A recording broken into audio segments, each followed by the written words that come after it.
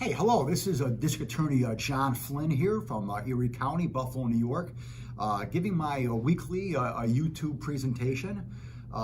Here we are now in April, and April is a month that's set aside for the awareness of two very important things in regard to the criminal justice community. One, it is National Child Abuse Prevention Month.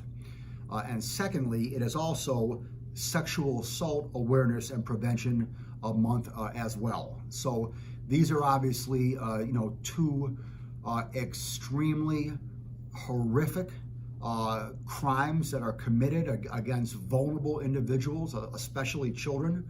And it is also a time that we can become more aware of these crimes and help out and reach out to victims of these crimes.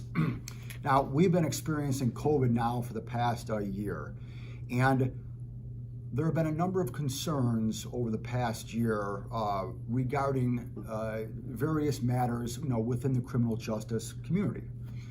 Two of them kind of relate to these topics right here. The fact that children basically haven't been in school now for almost a year. Now, obviously, there are private schools across the country and here in our area of Buffalo that allowed children to come back into school this past fall. But the overwhelming majority of the public schools in our area have not had children back in school full time now for almost a year. And here's the problem with that when it comes to reporting child abuse. A vast majority, I shouldn't say vast majority, but a large percentage, put it that way, a large percentage of child abuse cases that law enforcement finds out about come from school.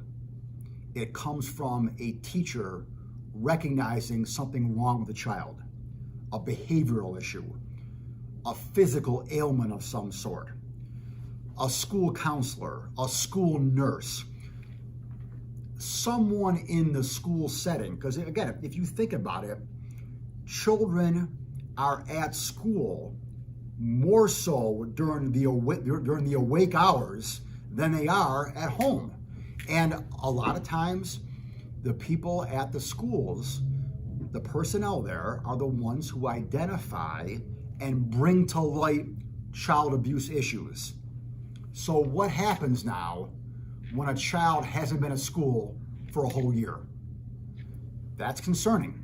That's concerned all of us in law enforcement, and we are very concerned about underreporting now because these incidents have not been reported, and we think that one of the reasons why we're seeing the numbers gone down a little bit in child abuse cases is because there's no one there at the schools to report these crimes. That's a serious concern of mine. That's a serious concern for all of us in law enforcement. Another concern that I have is the fact that now that children are home all day on the computer, doing their homework, their schoolwork on the computer, the question becomes, does that make them now more susceptible to online child predators? Haven't really seen the numbers or a spike in those as of yet, but it's something that concerns me.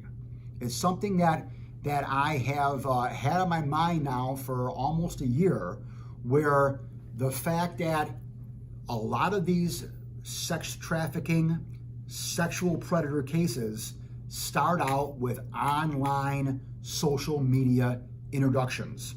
And the fact now that kids are not in school, they're at home on their computers, like I said before, are they more prone now to being a victim?